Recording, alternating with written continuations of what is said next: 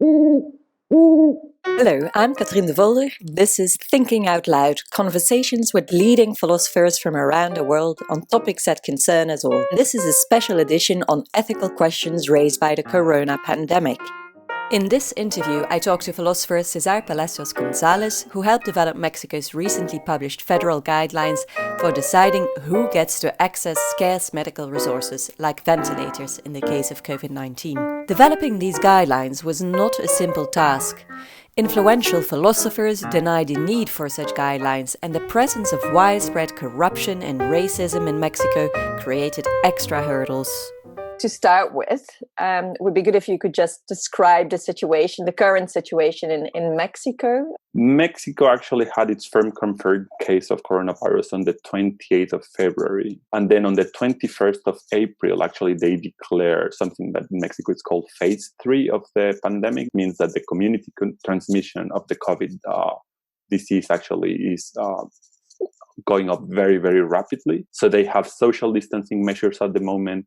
Plus, many sectors of the economy have stopped, and actually they are expanding very rapidly or as fast as they can hospital capacity.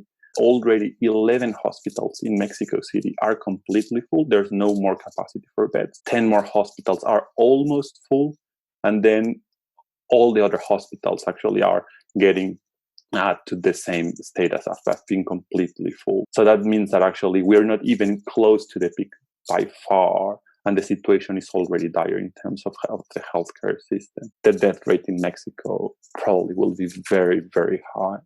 So you helped draft the federal guidelines for resource allocation, but you couldn't just copy existing guidelines because Mexico poses particular challenges. So could you tell us a bit more about the particular challenges faced by Mexico and how this affected the drafting of the guidelines? One of the things that makes the Mexico's case interesting is that any kind of guidelines actually should not run foul of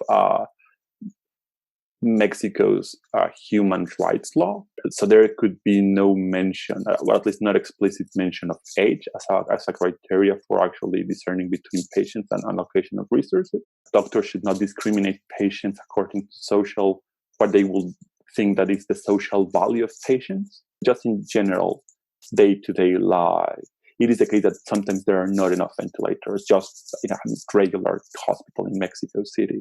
And then when doctors are faced with this, I know from experience because I used to work as a paramedic in Mexico for a long time, that doctors will say, well, but they have to choose between these two patients.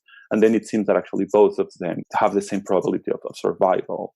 And then they will say, okay, I think actually this patient has a family, or actually it's more productive, or it looks that actually he has more social value, and then they will allocate the resource to him or her. So when we draft these guidelines, actually we had to pay a lot of attention to emphasizing that doctors, they shouldn't take into account perceived social value.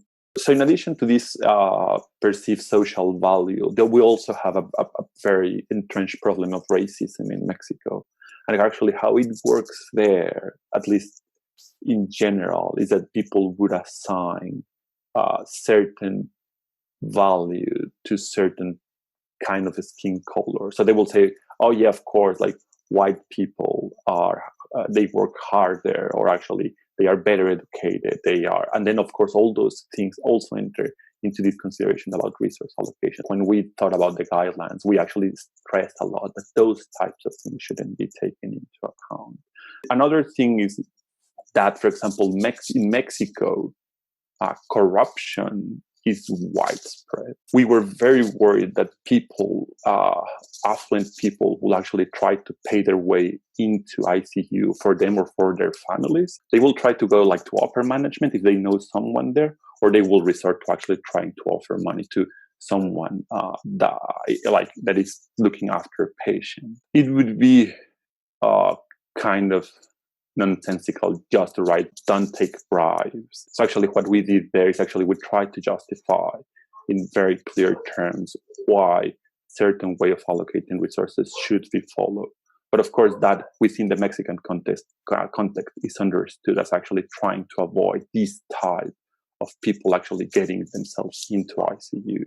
I'm not sure it happens here in the UK, but in Mexico, a lot of professional philosophers actually have weekly columns in newspapers. So most of them actually have been publishing about, for example, why this random allocation in this particular set of circumstances is a very grave moral mistake. So they said, if you have someone that actually is in prison and someone that is out of prison, who should you benefit? So, like, who should receive the resource? They were posing it as a serious question, as if being an inmate should rule this person from receiving scarce medical resources. Even when that is deeply problematic in general terms, in the specific context in Mexico where the legal system simply doesn't work, is even worse.